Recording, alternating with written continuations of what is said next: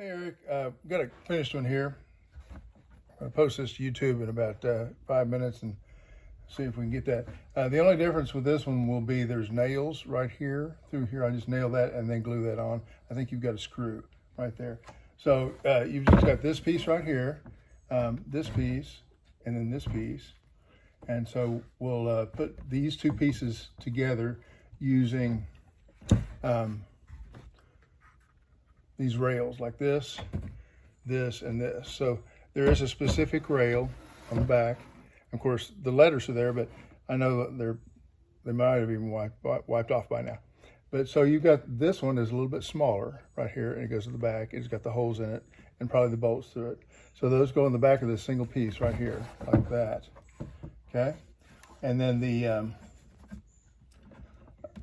bigger pieces, the two bigger pieces, go here. And I like to point the holes inside so that they don't show. So we've got this one right here, and this one right here, and then this one, and this one, and then the two in the center. And those will have the bolts and the T-nut in them, okay? So put those on, and they should line up perfectly.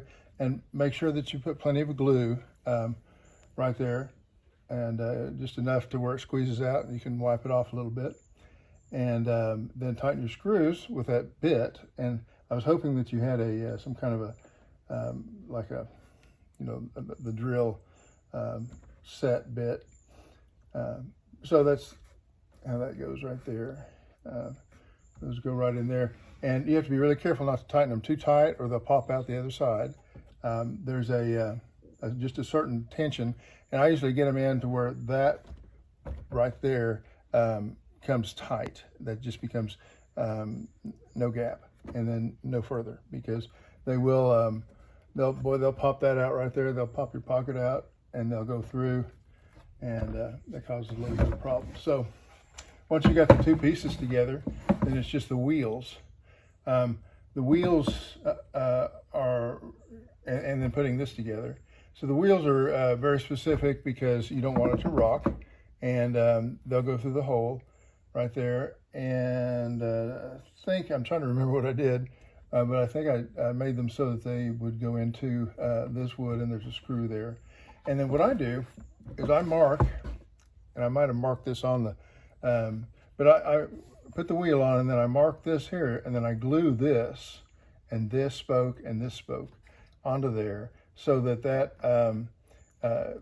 has this a little bit of leverage here. And then I just put a little, like a mini clamp here and a mini clamp here until that's dry.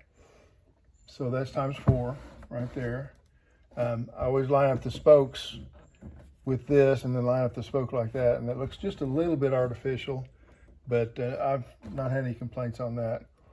And then when you're putting it together, putting the two pieces together, make sure that when you put the hubcap on, they'll creep a little bit over time, and so you have to come back and check them a couple of times, because that glue will act as a skate kind of, and it'll just it'll skate them across. Come back and check those, and then you might have to do a little sanding on it. I don't know how well I sanded yours.